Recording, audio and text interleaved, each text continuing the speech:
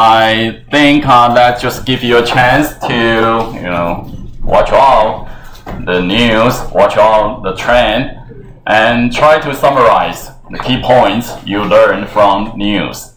Okay, so it's not difficult. I think everyone can do that. Of course, you can do better and better next time. For example, this girl, what's your name? Okay, T1. Okay, T1. Actually, you can just talk to everyone. You don't need to rely on phone, right? Yeah, you can do that. I think you can do that, right? It's just two stories, two news. So I think you can memorize contents and try to speak out in front of others. So I think you can do that. So next time, I think other teams, other presenters, you can do better, right? Just face the crowd, just like me. Okay, I have to speak to you here. And, I can just take the textbook or, my notes, talk to you. That's weird, right? That's not a good way to communicate with each other. All right, and back to their news aggregation. Obviously, they offered two topics. And these two topics not highly correlated. Next time, I hope these two news should be highly correlated. Or you find some relationship between these stories. Even the obvious level, you don't see the connection. But there are some hidden relationship between two stories. Alright? When we studied the international trade or understand the international competition, we are looking for those hidden relationships between many factors. For example, the global trade war, okay, that is the thing we observe.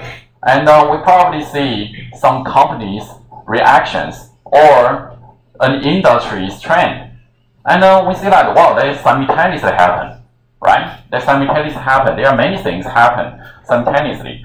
And we try to find the relationship between these events or these cases, all right?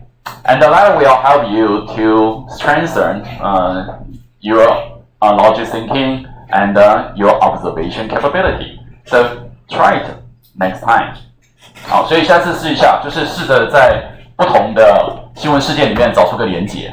以前我是要求学生用3篇的，现在就要求你2篇就好。所以你就试着在过去一段时间内，1-2个礼拜甚至1个月没关系发生的事情，你去找一些连结有时候是在总体里面，有在个体里面，想看它们中间是不是有一些相关性那你可以把它们串联在一起。And back to this news, and I think although they offer, these two stories are not highly connected, they offer us fresh news and ideas. So, for example, the first one is about the FDI. Before the coronavirus, we have predicted this year a good year. Really, we believe this year should be a good year. The U.S.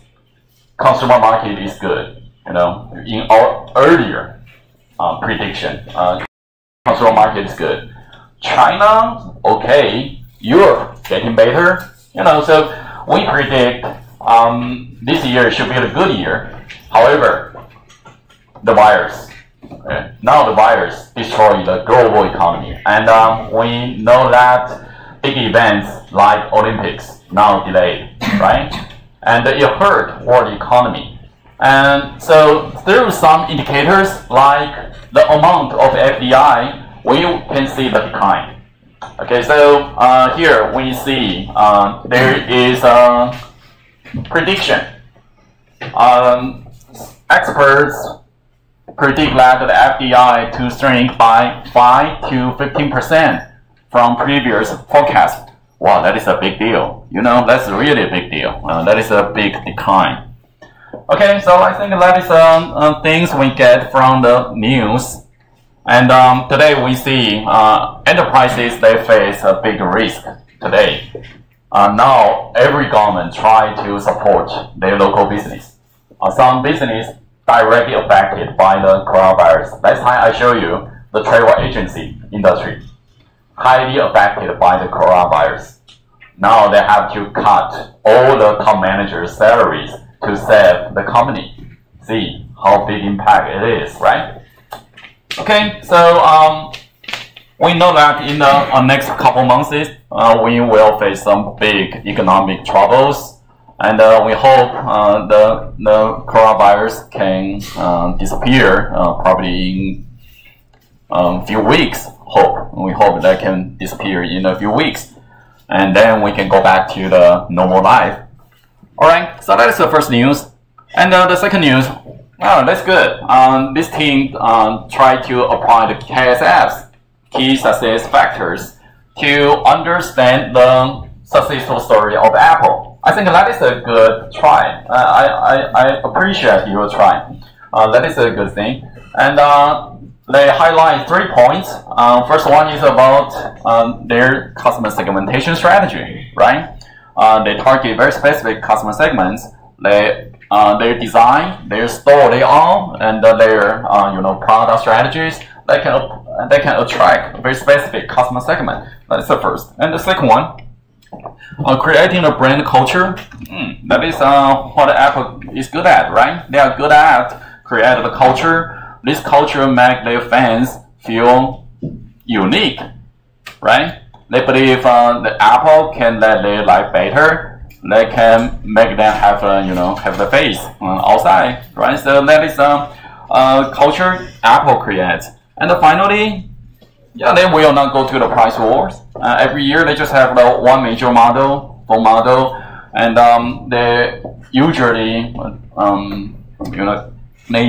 release a new design products like earphones, right? They have the wireless earphones every year. And every model tell us there is a new design, there is a new technologies, and that make people's life better. So by introducing the new things, innovative items, they escape from price war. So I think they apply the KSF ideas to analyze Apple's successful story.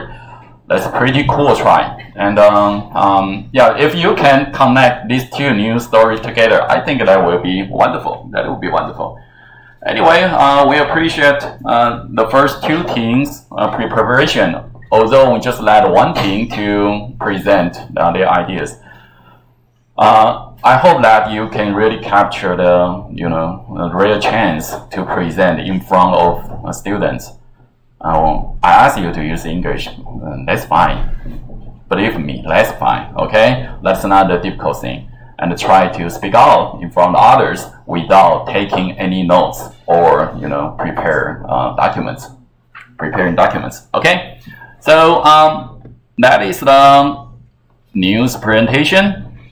And how about your write-up? Okay. I pick up some write-ups that are pretty standing out. So for example, this team. Okay.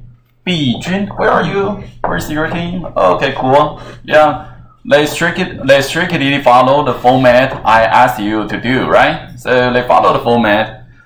So I appreciate you follow the rules. That's great. And they structurally analyze the case. That's good, right? So they have the 3 parts. The first part is about the facts.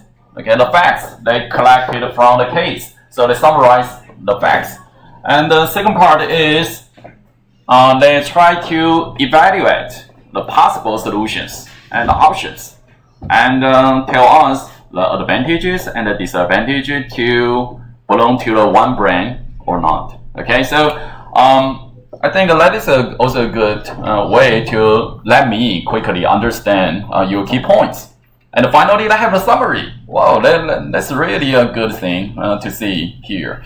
Many teams did not offer summary. So, for the reader like me, if I want to quickly understand your key points, your conclusions, your summary will help me a lot. Okay, so I think this thing is okay. They follow the format and they have a decent analysis. All right, and finally, they offer the summary. Yeah, and then put the reference here. Okay, so I think these things right up can be the benchmark of this week. You can check these things, format, and then write up later. You can go to the Google Drive. It's open to everyone, so you can access these things right up. And second thing, 郑子涵, where are you?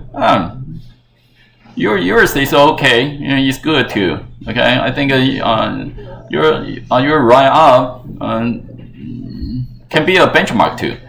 Okay, so they have two parts. Again, they have the case analysis. They point out the key points, key summary, key opinions from the case. So that is the first. And the second one, they try to do the analysis. They try to tell us the pros and cons of each option. All right. And finally, yeah, they have the conclusion. They have the summary. They have the conclusion too. All right. So they tell us that probably belonging to the one brand is not a good idea. But what can we do? Okay. There are some conclusion. So their conclusion is, yeah, they think they should keep increasing the total numbers of a hotel they manage. All right. So yeah, I think these two things can be the benchmark for this week right up. I hope you can check these two things right up later and try to improve your write up quality. Believe me, you can do it better next time. All right. So later we will go back to check this case, and I think in the 10 minutes break, later we will have the 10 minutes break. In the 10 minutes break, please prepare for the case discussion. That will be our first case discussion. All right. I think in our third hour, we will do that. We will do the case discussion. All right. And let's quickly recall our memories. Last time I spent a lot of time talking about the COCO, right? I give you many questions that can help you understand the complicated decision making and analysis that international business should do, right? So when you go back to see the COCO's internationalization strategy, we see many key issues. So for example, first one, you have to know your KSFs, right? You have to know what's your key success factor to survive in the industry. You have to know how to connect these key successful factors to run the business. Remember that last time I told you, key successful factors, you have many, right? You have plenty key successful factors, and they are connected. We can use the one single key success factor to explain one business success. It's impossible, right? We find that business is complicated. There are so many factors that can explain its success or failure. So we try to find the relationships. So for example, the price and the variety. Wow, we see there are some relationship, right? You want to offer variety, and you also want to offer reasonable price to your customers. Wow, what's the relationship between them? Right? You have to find out the connections. And when you look deeper, you understand the operation issues. You will find that it's not easy to run a business, right? You want to offer reasonable price. It means that you have to sacrifice your profits. Okay? When you offer variety, it will make your operation complicated and it costs you a lot. For example, you have to train your staff. You have to prepare various materials and ingredients, right? So that costs you a lot. And when we put all these factors together, we will see that to offer customers reasonable price and variety, it's not easy. It's not easy. So for the firms who can operate the business with a reasonable price and variety, it's awesome, right? And we know that for the new entrants, entrance means, those business or people yet enter the industry or the market. Okay, for those new entrants, if they want to go to the tea shop business, they have to know how to set the right price and simultaneously offer variety. Okay, so last time we talked this many times.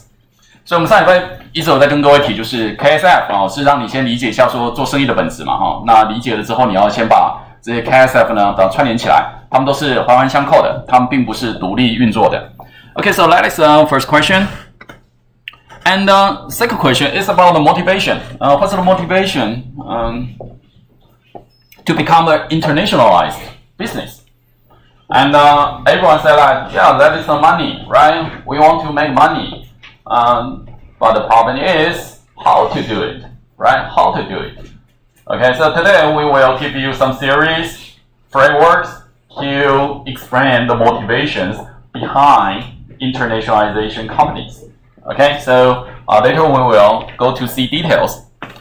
And the third one, capabilities. Once you understand the KSFs of the company, later you will know what kind of the capability you need to have when you go to the international markets. Why? Because you try to duplicate, right? You try to duplicate your resources and capabilities. Those things you are good at in your domestic market, you hope you can transfer them to overseas markets. Okay, so when we see the firms have difficulties to transfer their existing capability to overseas markets, we see the gap. Right, that is a big gap, and the firms has tried to minimize the gap. Okay, so we know that when you go to the international markets, you must have some capabilities. For example, you must have the talents, you must have the managers, capital, and something else to help you smoothly run the business in overseas markets.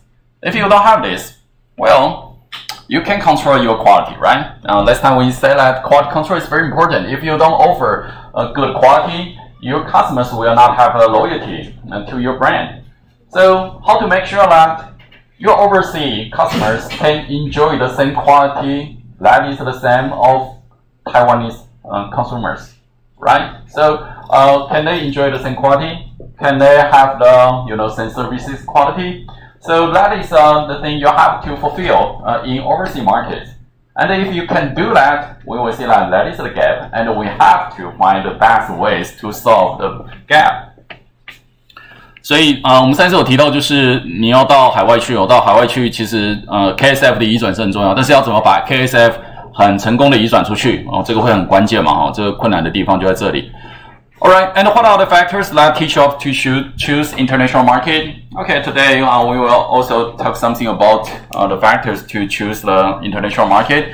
Last time I gave you a framework. Do you still remember the framework that can help you to quickly evaluate the overseas market? Do you still remember the framework I gave to you? 我们上礼拜讲了什么 Come on, last week.What did you get? 上一半我们谈了什么？